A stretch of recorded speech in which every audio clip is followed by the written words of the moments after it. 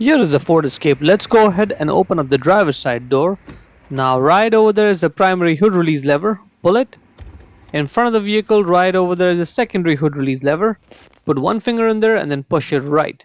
And while it's pushed right, lift up the hood. This hood requires a prop rod to stay in place, so grab the rod, put it right over there in that slot with the arrow marking it, and then let the hood go, and now it is secure.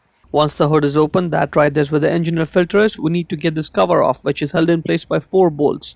1, 2, 3 over here, and the 4th one is in the back there, right over there. Yep, over there. Now for this you will need a 8mm socket ratchet combination and preferably a long extension, especially for the bolt in the back there. Let's just go ahead and start getting them off one by one. These are long bolts.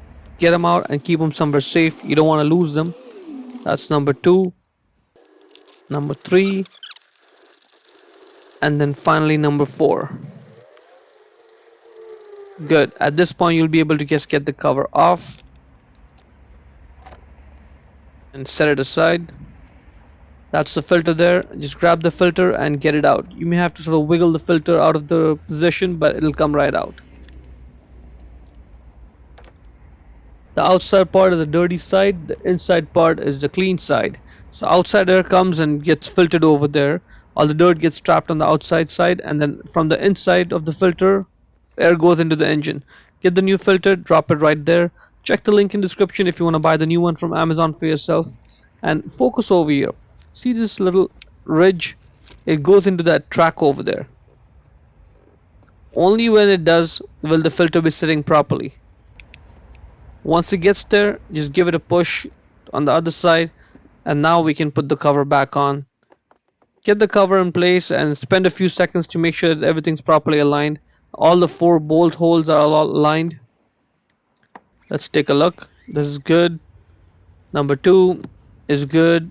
Number 3 is good. The 4th one, I can't really get the camera in there, but you'll have to look at it for yourself. Let's just get all the 4 bolts in and then tighten them up one by one.